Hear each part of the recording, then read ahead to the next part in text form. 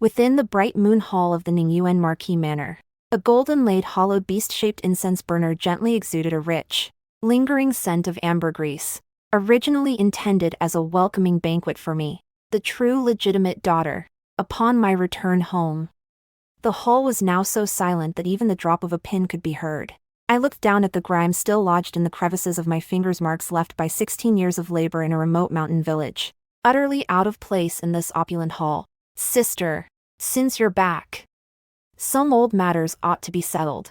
Pei Wanning broke the dead silence. She was dressed in a flowing, resplendent gown that made her skin appear as jade, like the delicate, pampered flower of this Marquis manor. Her tone was gentle, but her eyes harbored a venomous sharpness. Though you've suffered all those years away, you can't bring any taint into our Pei family. That would not only disgrace the manor's reputation but also make father and mother unable to hold their heads high in the capital. I lifted my eyelids and looked at her hypocritical face, a cold sneer rising in my heart. In my past life, it was at this very seat that I, in a desperate attempt to prove my innocence, even tore open my own collar in public, wanting to show my parents the still present vermilion mole on my arm. And what was the result?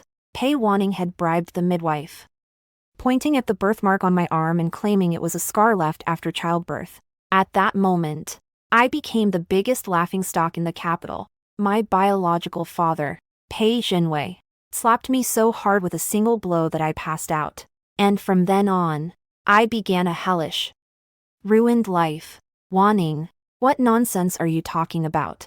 Madame Shin, seated at the head of the table, my biological mother furrowed her brows and looked at me with a complicated expression. She wanted to get close to me, her long-lost daughter.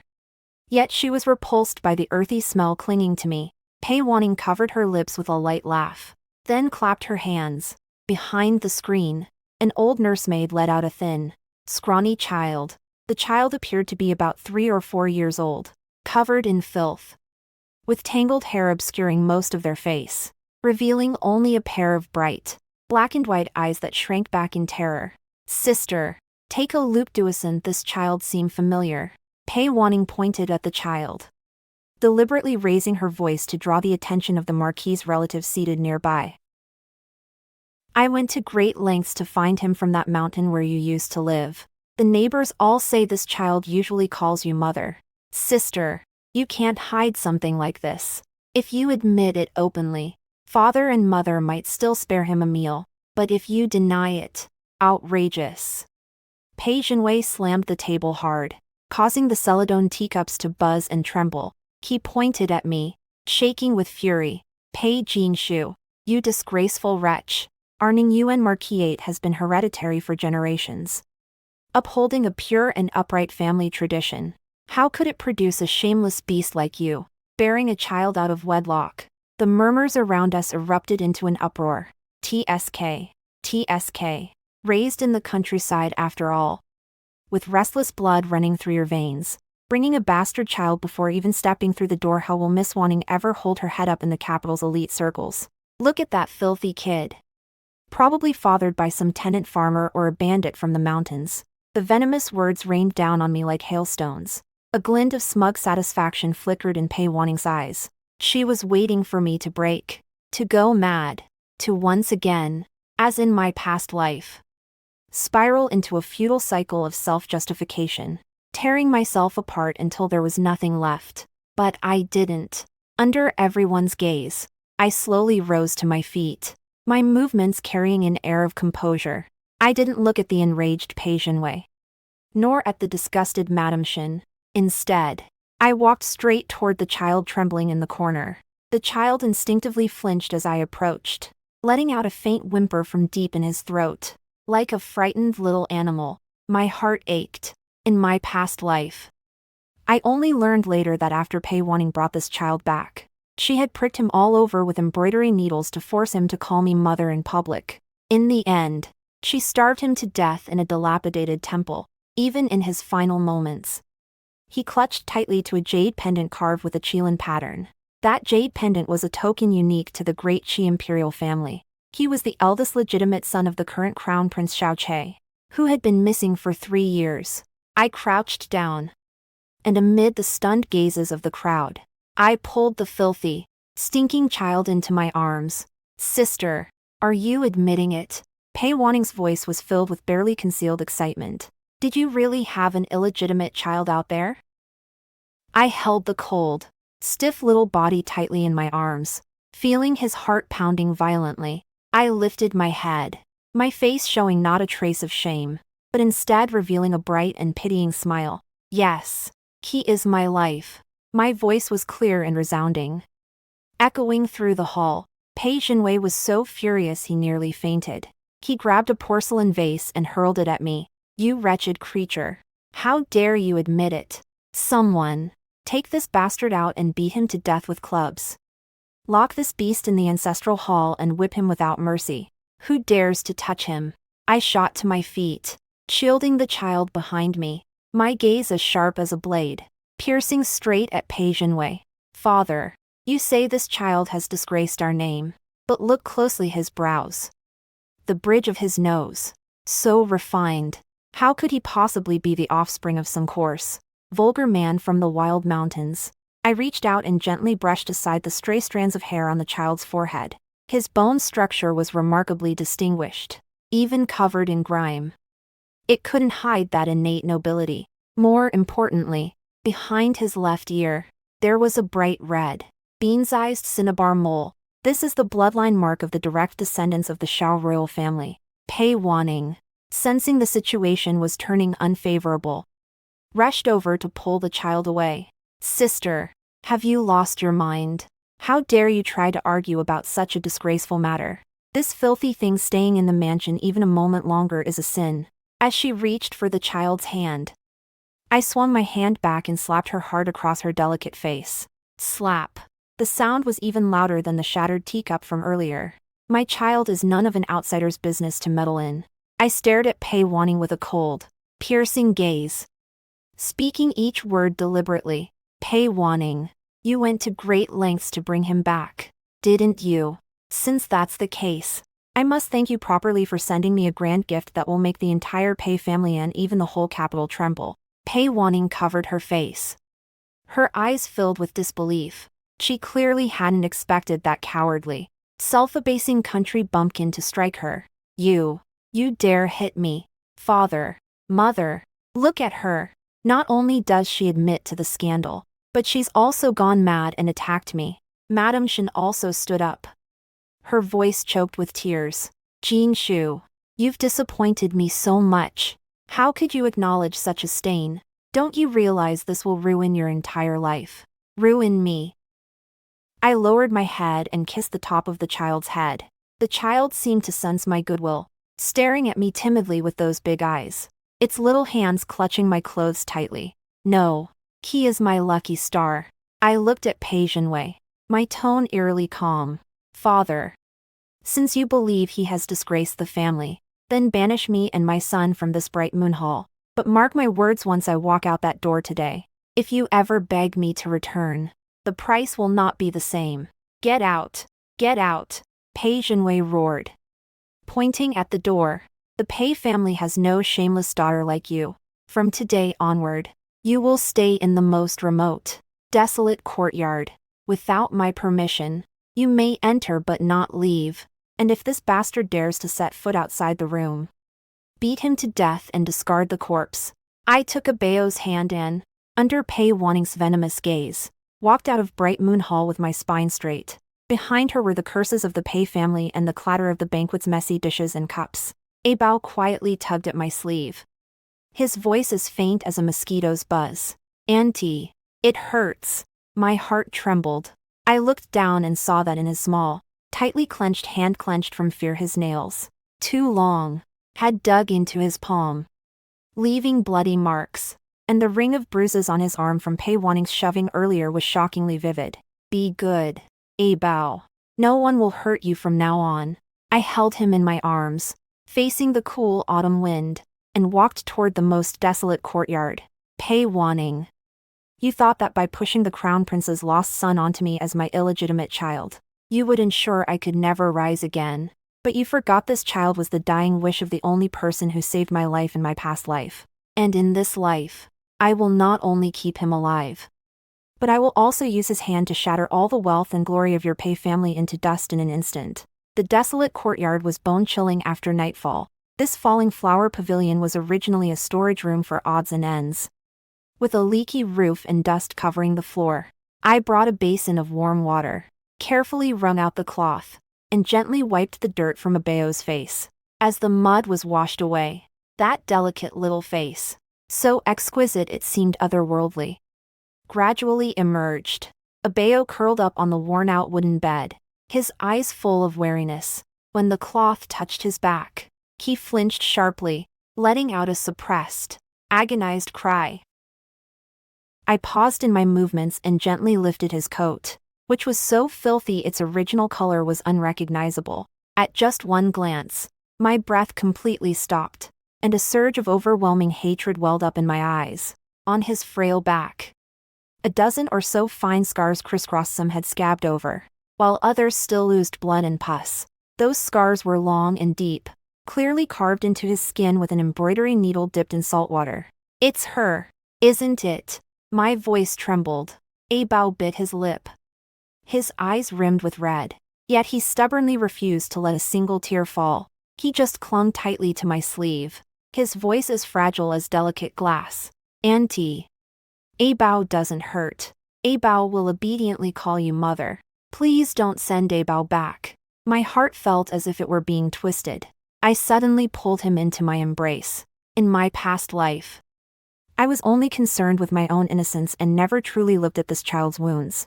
It turned out that Pei Wanning, in order to destroy me, had resorted to such cruelty against a 3-year-old child. "Abao, remember this, I am your mother." I pressed close to his ear, each word resolute and firm. "From now on, whoever dares to hurt you even a little, I will repay them tenfold. Whoever seeks your life, I will make their entire family pay with theirs." Just then, the dilapidated wooden door of the desolate courtyard was kicked open with force. Pei Wanning, holding an exquisite lamp, walked in surrounded by a group of maidservants. She had changed into a crab-upward cloak, which made her face look even more radiant, but in my eyes, she resembled a deadly pink skeleton. "Oh, quite the lively scene here, sister." Pei Wanning covered her nose, looking around with disgust. "I thought you'd be too ashamed to live, but it turns out you've actually started playing mother to this little bastard. What? Haven't had enough of the mountains? Want to play this game of maternal affection in the Marquis' mansion?" I pulled the tattered quilt over Abeo's back, slowly stood up, and met her gaze with calm, placid eyes. "Pei Wanning, did you come here in the dead of night just to spout this nonsense?" "I've come to fulfill my sisterly duty." She waved her hand, and the maid behind her brought forward a tray bearing 2 bowls of cold, hard leftover food. "Father said that since you insist on debasing yourself, the fine rice and flour of this Marquis' mansion are no longer for you. This is leftover dog food from the back kitchen. I specially begged for it on your behalf. Eat up." Abeo looked at the 2 bowls of food, his body trembling uncontrollably. Clearly, on the journey back to the capital, he had endured no small amount of this kind of hardship. I did not take the bowls but instead fixed my gaze on Pei Wanning's eyes, speaking softly. "I've heard that these past few days, the Crown Prince has been turning the capital upside down in search of his missing grandson. Wanning, tell me, if someone were to discover someone quite remarkable in the Marquis' manor at this moment, would father's title as Marquis be elevated? Or would the entire family lose their heads?" Pei Wanning's face froze for an instant, before she burst into a piercing laugh. "Qin Wanyan, have you gone mad? With this bastard of unknown fatherhood, you dare to drag the Crown Prince's grandson into it? Don't you know that making wild claims about the royal bloodline means the extermination of an entire clan? Whether you are of royal blood or not, you know it best in your heart." I stepped closer to her, my voice dropping to a near whisper. "When you took him from that mountain ridge, didn't you notice anything on him? Like a piece of warm Kylan jade engraved with the character Xiao?" Pei Wanning's pupils suddenly contracted, and the lamp in her hand flickered. That was a sign of guilt. In my past life, she had taken Abao's jade pendant, but because she didn't recognize its value, she pawned it off at a shop to buy medicine when Abao fell gravely ill later. That was the biggest mistake she ever made. Stop spouting nonsense, Pei Wanning snapped, flustered and furious, raising her hand to slap me. A bastard born from a slut like you, how dare you claim the surname Xiao? I grabbed her wrist, squeezing so hard it felt like I might crush her bones. You can try, I whispered in her ear, my tone icy. Let's see if you kill me first. Or if I let the entire capital know that you're hiding the imperial grandson and abusing the crown prince's legitimate son. Pei Wanning was terrified by the look in my eyes. It was the ferocity of someone who had truly died once. She yanked her hand away and stumbled back in panic. You're insane. Completely insane. Let's go. Watching her flee in desperation, the coldness in my eyes grew even deeper. Abeo. Mother is about to put on a grand play. Are you afraid? I turned my head and gently touched the child's face. Abeo stared at me blankly, though he didn't understand. He nodded firmly. The next morning, the Ningyuan Marquis estate was in an uproar. It all started with imperial physician Wang, who had long been the household doctor for the Marquis estate, a veteran from the imperial palace. He was now advanced in years but still held great prestige in the medical circles of the capital. Using a secret I knew from my past life that Wang's only grandson had actually died at the hands of Pei Wanning, I had someone deliver a note to him. When imperial physician Wang entered, I was kneeling in the very center of the Marquis' mansion garden, holding Abeo, who was burning with a high fever that wouldn't subside. It was just the time for the household's morning greetings, and Pei Wanning and Madame Shen were accompanying several distinguished guests from the capital to admire the flowers. Marquis, I beg you, save this child, I wailed with all my might, deliberately exposing Abeo's scar-covered back to the crowd. Even if he's a bastard with no known father, he's still flesh and blood from my own body. Sister Wanning said she'd feed him to the dogs, please. Marquis, grant him a way to live. Pei Waning's face instantly darkened like the bottom of a pot. You wretched creature. Haven't you brought enough shame? Drag her away at once. Wait. Imperial physician Wang was merely passing by, but when he saw the scars on Abeo's back, his expression changed drastically. He strode over in 3 quick steps, disregarding all etiquette, and directly grabbed Abeo's wrist. Old Wang. This is nothing but a bastard who has disgraced the family. Before Pei Wanning could finish, he was cut off by Imperial physician Wang's thunderous roar. Nonsense. This is no bastard at all. Imperial physician Wang's hands trembled as he stared intently at the red mole behind Abeo's left ear, then at the child's naturally noble bone structure. His voice wavered. Marquis, you have committed a grave mistake. Madame Shen was also panicked. Imperial physician Wang. What do you mean by that?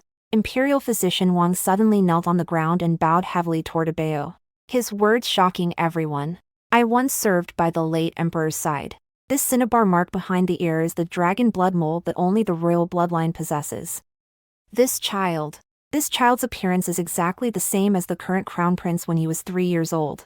As soon as these words were spoken, the entire garden fell into an instant dead silence. Pei Wanning was so frightened that his legs gave way, and he tumbled directly into the flower bushes. Meanwhile, Pei Wanning, who had been standing nearby dressed in her finest, saw her complexion instantly turn from rosy to deathly pale. The handkerchief in her hand fell to the ground, and she swayed as if about to collapse. I knelt on the ground, lowering my head to conceal the cruel curve at the corner of my mouth. Pei Wanning, did you think you had brought back a bargaining chip to humiliate me? No. What you brought back was a sword of execution hanging over the Pei family, and that sword has now fallen. The air in the garden seemed to be instantly drained, leaving only a suffocating dead silence. Pei Wanning deflated like a punctured ball, collapsing onto the ground as cold sweat trickled down his temples. He knew all too well what the dragon blood mole signified. It was an undeniable mark of royal lineage. If this child truly was the crown prince's lost legitimate eldest son, then his cold indifference, his neglect, and even that order to beat him to death with clubs would be enough to have the entire Ningyuan Marquis household executed and their family line eradicated. No. Impossible. This has to be a coincidence. Pei Wanning's shrill voice shattered the dead silence. She stumbled over, shoving Imperial physician Wang aside with such force that her gold hairpin tilted to one side. staring intently at the bright red mark behind Abeo's ear. Her eyes were filled with panic and resentment. Plenty of people in this world have red moles. To declare him a royal grandson based on just one mole is utterly absurd. Father, mother, don't be fooled by old Wang and this wretch. She whipped her head toward me, her gaze venomous as if she wanted to devour me alive. Pei Jingshu, to get into this family, you actually bribed Imperial Physician Wang to stage such a treasonous act. How dare you? Imperial Physician Wang was so furious that his beard trembled. He was about to argue. But I spoke first. Wanning, according to you, this child was found by you from the mountain where I stayed. If he is the imperial grandson, that means he has lived there for 3 years. If he is not, then he is the bastard you speak of. In that case, proving his identity is actually the simplest thing. I looked down at Abeo, who was trembling with fear in my arms. His little hands were clutching my clothes tightly, his fingertips turning white from the strain. Blood test to confirm kinship. I enunciated each word, my voice steady without a trace of fluctuation. As soon as these words were spoken, Pei Wanning looked as if she had grasped a lifeline, her eyes instantly lighting up. In her view, since this child was found from the place where I lived and kept calling me mother, it must be blood-related to me, as long as the blood droplets merged. The rumor about the imperial grandson would naturally be disproven. Fine. You said it yourself. Afraid that I might back out, Pei Wanning almost shouted her orders. Hurry. Prepare clear water and a silver needle. Today, in front of old Wang and all the officials, I will expose you. This liar full of deceit. Madame Shen stood to the side, the handkerchief in her hand twisted out of shape as she looked at me, hesitating to speak. Meanwhile, Pei Jinwei, as if seizing his last chance, struggled to stand up and gritted his teeth, saying, test it right now. If the blood doesn't merge, Pei Jingshu, I want you to take this bastard and vanish from the capital immediately. Left to fend for yourself. Before long. A servant brought out a white jade bowl filled with clear well water. Everyone held their breath and gathered around. Pei Wanning couldn't wait to grab Abeo's hand, her movements extremely rough. Abeo was so frightened that he burst into tears. His tiny fingers cruelly pinched by her as the silver needle stabbed fiercely, and a round drop of blood instantly fell into the bowl. Don't cry, Abeo. I suppressed the trembling in my heart and gently comforted him. Then, I took the silver needle and pricked my own fingertip as well. 2 drops of bright red blood slowly sank in the clear water. Pei Wanning's breathing grew rapid. She pressed her face almost against the edge of the bowl, muttering under her breath, dissolve. Dissolve now. In that moment, time seemed to stand still. Everyone's eyes were locked tightly on those 2 drops of blood. Yet, a shocking scene unfolded. The 2 drops, though approaching each other in the water, seemed separated by an invisible wall. No matter how the water rippled, they stayed distinct, each occupying its own space, clearly divided. The blood did not blend. How is this possible? Pei Wanning shrieked, collapsing to the ground as if struck by lightning. No, this can't be. You must have tampered with it. There's definitely something wrong with this water. Like a madwoman, she thrust her fingers into the bowl and stirred. But even so, the 2 drops of blood shattered and reformed, yet stubbornly refused to merge. I slowly raised my head, looking at Pei Wanning, a cruel smile curling at the corner of my lips. Wanning, the blood doesn't mix, which means Abeo is not my son, but he was indeed brought back by you from where I lived, and he does bear the royal mark. So now, please tell father, tell his majesty, whose child is this boy you found and abused until he was covered in wounds? I suddenly tore open Abeo's clothes, exposing the crisscrossing needle prick scars to the sunlight, startling the several officials present into gasping sharply. This is utterly heinous, one of the censors exclaimed, flicking his sleeves in indignation. Abusing the royal bloodline is a grave crime. No, it wasn't me who pricked him. Pei Wanning was still struggling desperately. She pointed at me, her voice hoarse. It was you. You deliberately made him call you mother to distance yourself. then abused him. Enough. Pei Jinwei, who had been silent all along, suddenly let out a roar. Though he was a sycophant, he was not foolish. The situation before him was already clear. Imperial physician Wang's diagnosis, the incompatible blood, and the child's unmistakable noble aura all pointed to the most terrifying possibility. He whipped his head around, and a resounding slap sent Pei Wanning sprawling to the ground. You fool! Where the hell did you find this child? Pei Jinwei's hands were trembling. Do you have any idea you nearly doomed the entire Ningyuan Marquis manor? Milord. Milord. Save me. Pei Wanning covered her face and wailed, finally feeling fear. I really didn't know. I just wanted to find a child to ruin my sister's reputation. I didn't know he. Just then, the sound of urgent horse hoofs came from outside the Marquis Manor's main gate. Following that, the herald officer's commanding shout drew nearer, carrying a suffocating pressure that sent chills down everyone's spine. His Royal Highness the Crown Prince has arrived. Pei Jinwei fell to his knees with a loud thud once more, and everyone in the courtyard bowed their heads, not daring to breathe.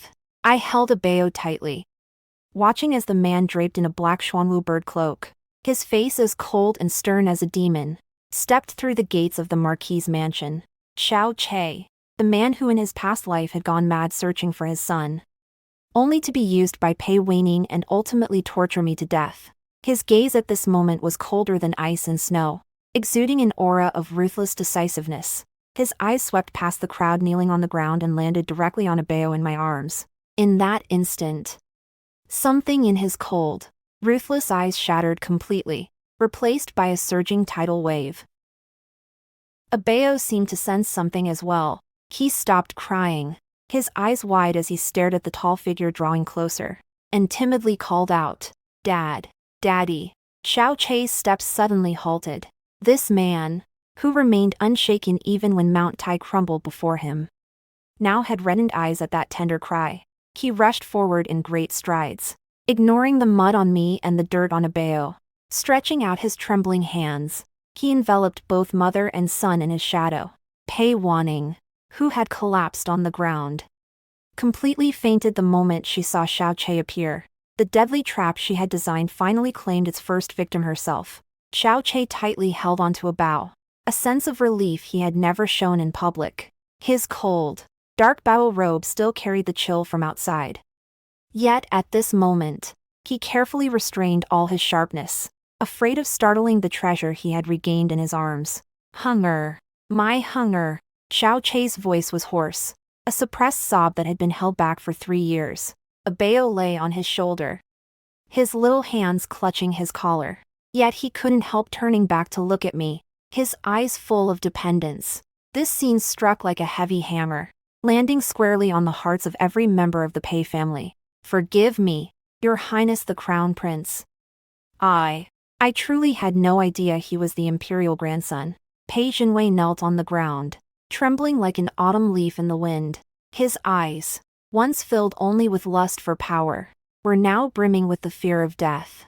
Xiao Che slowly turned around, still holding Abeo steadily in his arms. The moment his gaze swept across the ground, the temperature in the garden seemed to drop to freezing point. Had no idea. Xiao Che let out a cold laugh, his voice devoid of any fluctuation. Yet it inexplicably evoked thoughts of the execution grounds outside the Meridian Gate. My legitimate eldest son was called a bastard in your Marquis's mansion, labeled an illegitimate child by your daughter, and was even about to be beaten to death with clubs by you, Pei Jinwei. That head of yours is indeed sitting a bit too securely on your shoulders. Your Highness, spare me. Madame Shen crawled to Xiao Che's feet, weeping and kowtowing desperately. It's all a misunderstanding, all Wanning's doing. She's young and ignorant, and she only did it for the sake of the Marquis's reputation. Just then, Pei Wanning, who had been unconscious, slowly came to. She looked at the scene before her, at Xiao Che's handsome yet demonic face, and a flicker of extreme terror flashed in her eyes, followed by a madness called betting everything. She suddenly scrambled to her feet, stumbled, and knelt before Xiao Che, crying pitifully as if she had suffered a great injustice. Your Highness, Please see clearly. I am the one who saved the imperial grandson. Her voice was sharp, carrying a desperate resolve. It was I who, while inspecting the manor, discovered the imperial grandson abandoned outside, held hostage by that venomous woman, Pei Jingshu. It was her, Pei Jingshu, who wanted to use the imperial grandson to blackmail the Marquis, to protect the imperial grandson. I had no choice but to go along with her scheme, calling him her illegitimate child, just to lull her into complacency and find a chance to rescue the imperial grandson. This ability to turn black into white is truly as impressive as ever. I stood to the side, watching Pei Wanning's dramatic performance, sneering inwardly. In my past life, it was precisely with this delicate and pitiful act that she tricked Xiao Che into believing she was the savior, while I was cast as the demon who abused the imperial grandson. Seeing that Xiao Che remained silent, Pei Wanning assumed he believed her and wept even more miserably. Your Highness, look at the wounds on this child. They were all inflicted by Pei Jingshu in the mountains. I have exhausted myself these past days to rescue the imperial grandson, even bearing infamy to bring him back to the capital. I beg your Highness to seek justice for me. Xiao Che's gaze finally fell upon Pei Wanning's face. At that moment, a glimmer of hope even flickered in Pei Wanning's eyes. Tears hung on her face, which was always adept at seduction, making her appear even more pitiful and endearing. You're saying she inflicted this wound? Xiao Che pointed at me. Yes, it was her. She's used to being wild in the countryside, utterly vicious and malicious. Pei Wanning pointed at me, her gaze as venomous as a snake's. Xiao Che looked at me, his gaze deep and unfathomable. I took a deep breath, neither begging for mercy nor showing anger. Instead, I pulled a handkerchief from my bosom and handed it to the deputy general beside Xiao Che. Your Highness, I am of humble status and dare not argue with Miss Wanning. However, since Miss Wanning claims she was rescuing the imperial grandson, why did she, on the way back with him, take away the only token that could prove his identity? Pei Wanning's face instantly froze. She shrieked, "You're lying. What token? I've never seen it." I ignored her and turned to Abeo, asking gently, "Abeo, tell this uncle, did that mean auntie who bullied you snatch a shiny little stone from around your neck? Did she say that if you didn't give it to her, she would make you sleep in a rat-infested woodshed?" Abeo seemed to be triggered by a fearful memory, shrinking back into Xiao Che's arms and pointing at Pei Wanning, shouting loudly, "It's her! It's the bad auntie!" She took Abeo's little stone and stabbed him with needles. She said if Abeo dared to tell Daddy, she would cut out Abeo's tongue. Bang! Xiao Che kicked Pei Wanning square in the chest with such force that she flew 3 feet away, crashing heavily into a rockery and spitting out a mouthful of blood. Where is the token? Xiao Che's voice sounded as if it came from the depths of hell. Pei Wanning collapsed to the ground, groaning in pain, yet still trying to deny it. No, I didn't, Your Highness. That child has been corrupted by Pei Jingshu. He's lying. Search.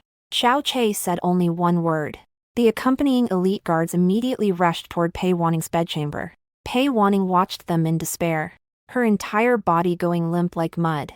Within a quarter of an hour, the guards returned with an exquisite dressing case. When the lid was opened, there lay the warm jade, wrapped tightly in a handkerchief.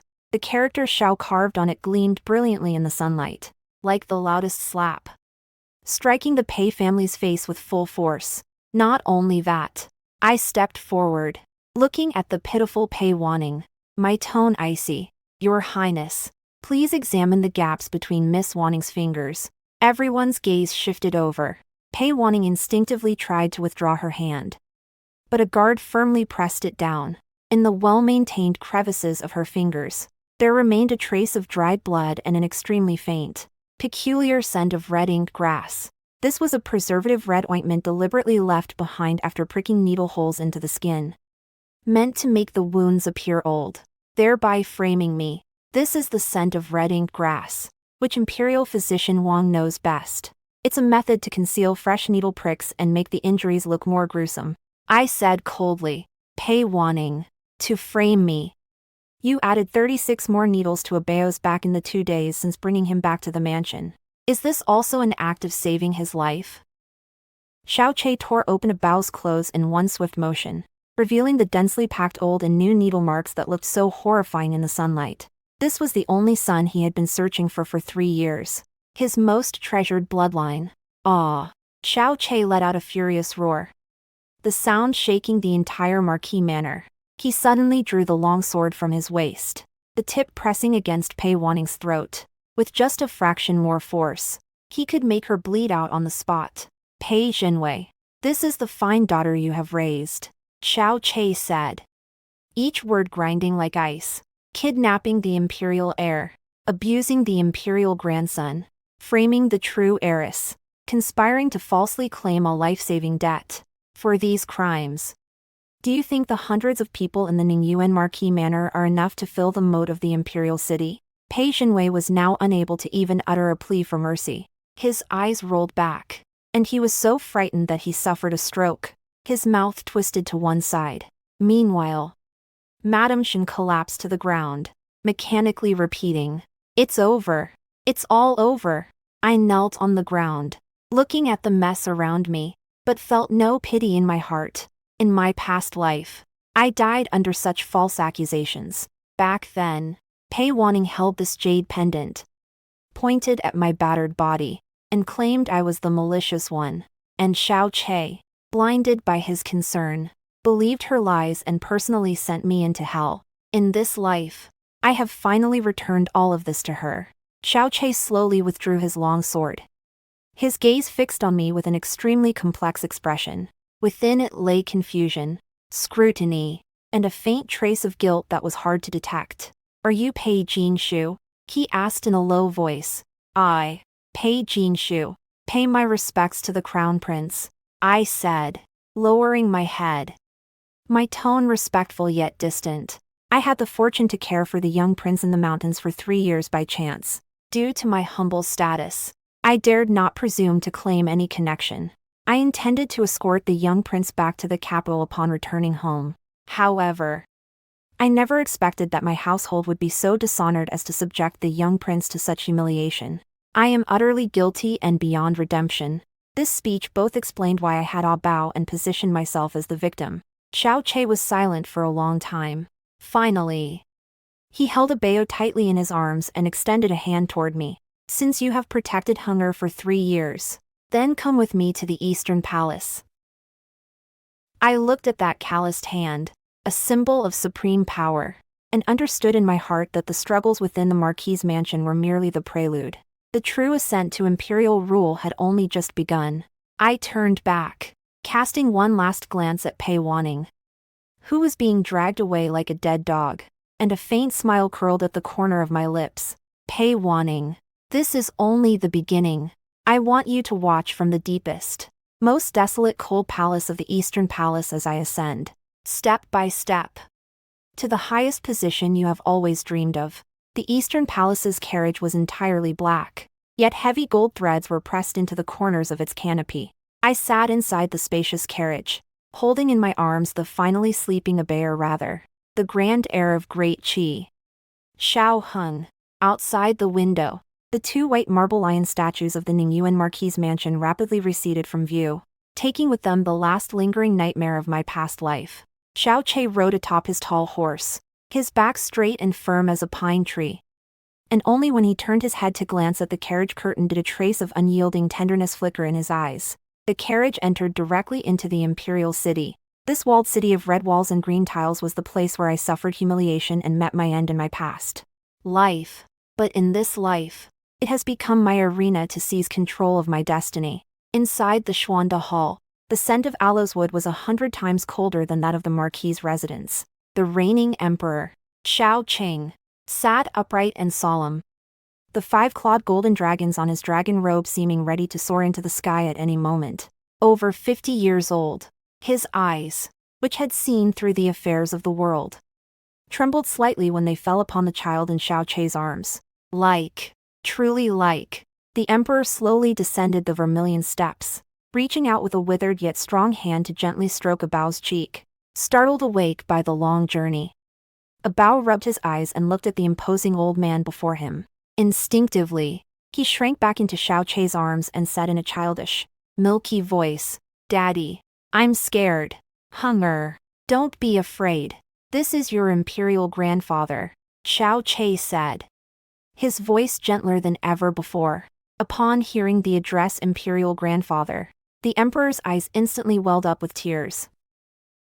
But when his gaze fell upon the needle marks on Abeo's neck, exposed by the child's movement, that tender affection transformed into a thunderous rage capable of toppling mountains and rivers. What is the meaning of this? The emperor's voice was not loud.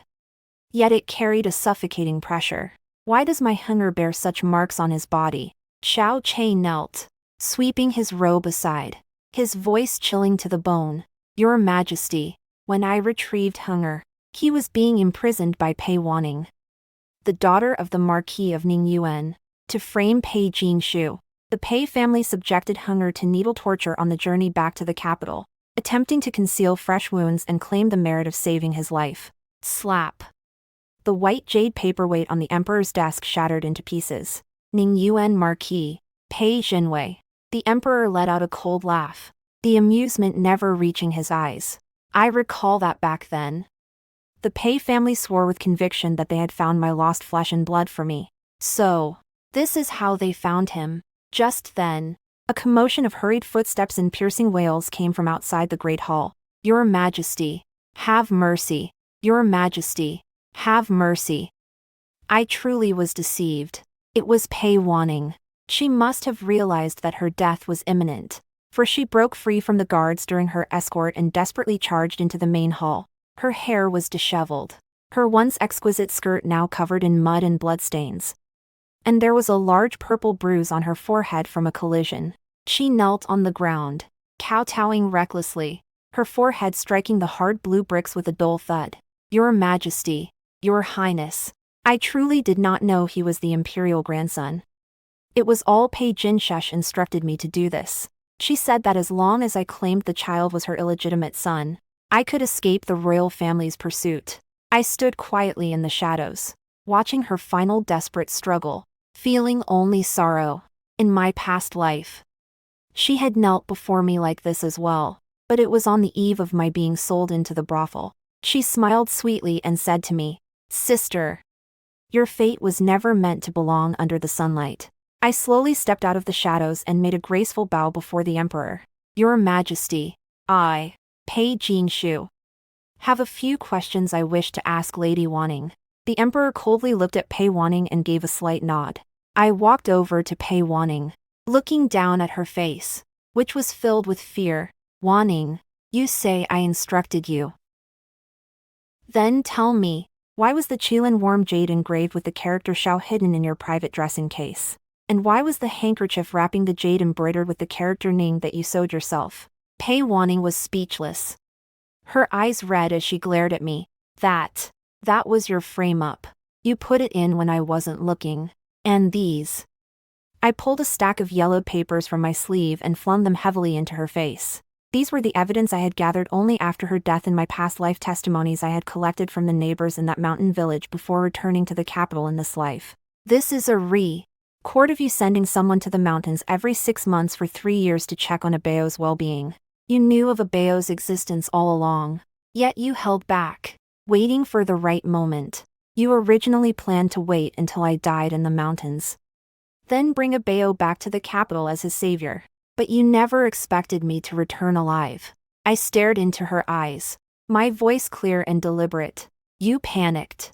You were afraid I would take Abeo away. Afraid I would steal your credit. So you turned the situation to your advantage and devised the scheme of using a borrowed knife to kill. Unfortunately, heaven's net is vast, and nothing escapes it. Pei Wanning stared at the testimonies, collapsing completely to the ground. She knew that these pieces of evidence were enough to prove her long-standing premeditation and deep scheming. The emperor's face had darkened to the point where it could drip with water. Miss Pei, do you have anything else to say? No, it's not like that. Pei Wanning shook her head in despair. She suddenly turned to Xiao Che, reaching out to grab the hem of his robe. Your Highness, I have admired you for years. Everything I did was to stand by your side. Please. Consider that I once looked after the imperial grandson for 2 days. Care. Xiao Che's eyes were filled with disgust as he fiercely shook his sleeve. Is your so-called care the 36 embroidery needles piercing my bones? He turned and clasped his hands to the emperor. Father. The Pei family has failed to discipline their daughter. She disrespected imperial authority and abused a royal descendant.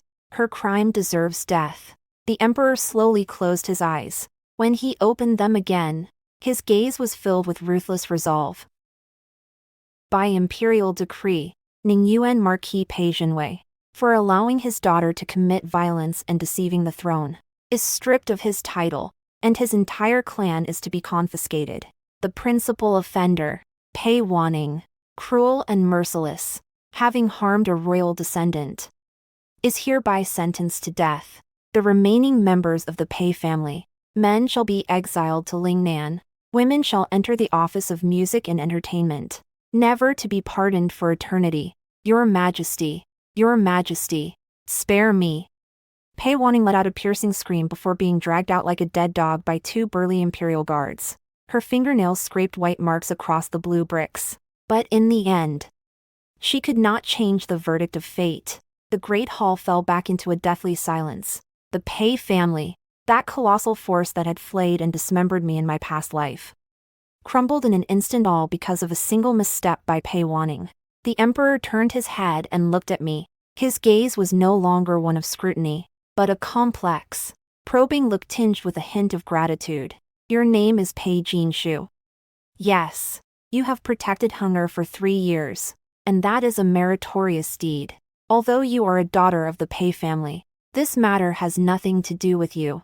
I not only do not blame you, but I will also reward you generously. The emperor pondered for a moment. I hereby confer upon you the title of Princess Jianing, grant you a villa in the outskirts of the capital, and bestow upon you a fief of 1,000 households. This title not only cleansed the stain on my reputation but also completely severed me from the karmic ties of the Pei family, making me an independent and noble individual, your humble subject. Thanks, Your Majesty, for your great favor.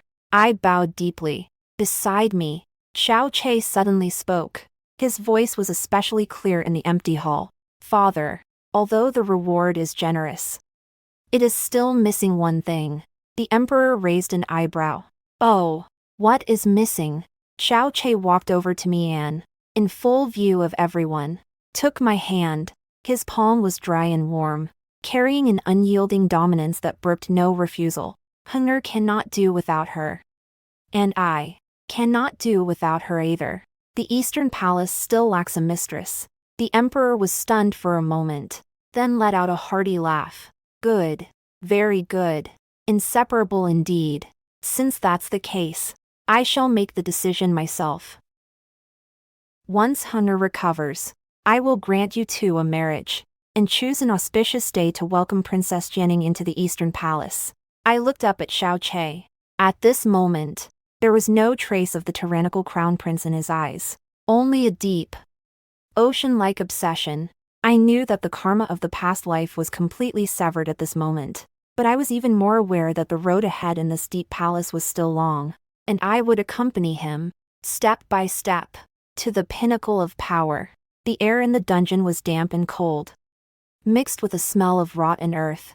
This was the first time I had set foot in such a place since my rebirth. I was wearing a lilac brocade cloak, the collar trimmed with a ring of snow-white fox fur that made my complexion appear even more rosy. In this dark and damp dungeon, I was like a glaring splash of bright color. In the innermost cell, a figure curled up in a pile of straw stirred slightly. It was Pei Wanning.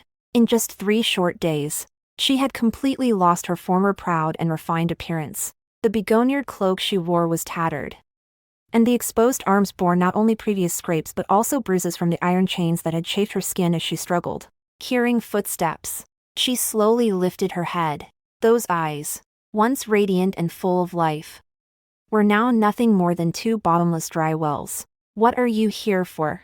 To laugh at me? Her voice was hoarse, like rough sandpaper grinding against itself. I dismissed the jailer and stood quietly outside the cell, gazing at this enemy who had once pushed me into an endless abyss in my past life. Just came to see you, and to see you off.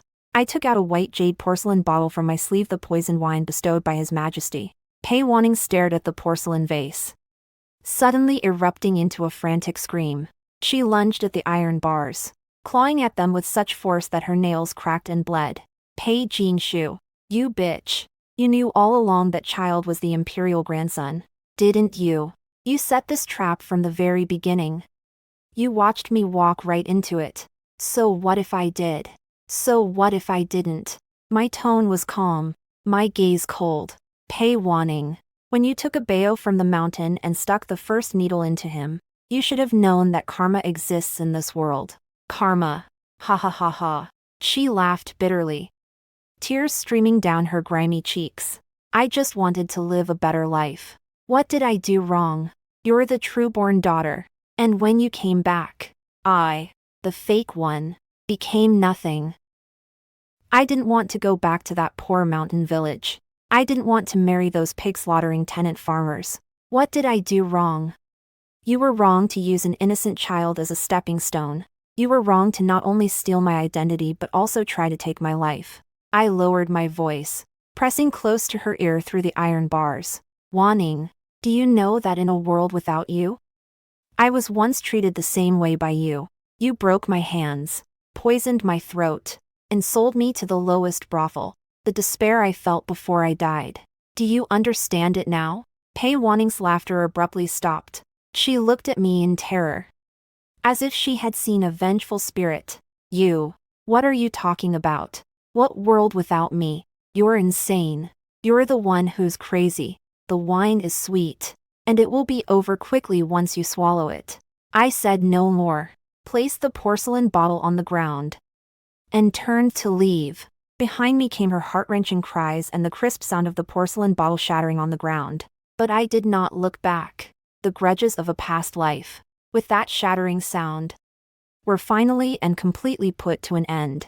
As I walked out of the heavenly prison, fine snowflakes began to drift down from the sky. A spacious carriage was already waiting by the gate, and Xiao Che stood beside it. He had changed out of his military attire and was now wearing a deep purple fox fur robe, standing tall and graceful like a jade tree. Amidst the swirling snow, he looked like a beautiful landscape painting.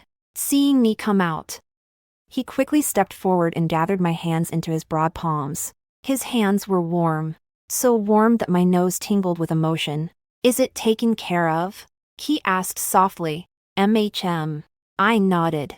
The Ningyuan Marquis manor has been sealed off, Xiao Che said as he helped me into the carriage, where a charcoal brazier burned, making it as warm as spring.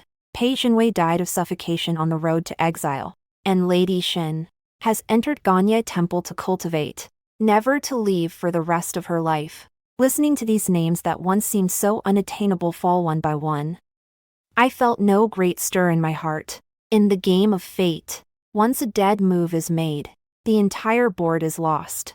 Mother, on the soft carriage seat, Abeo joyfully pounced into my arms. After a few days of careful care in the Eastern Palace, his complexion had become much rosier.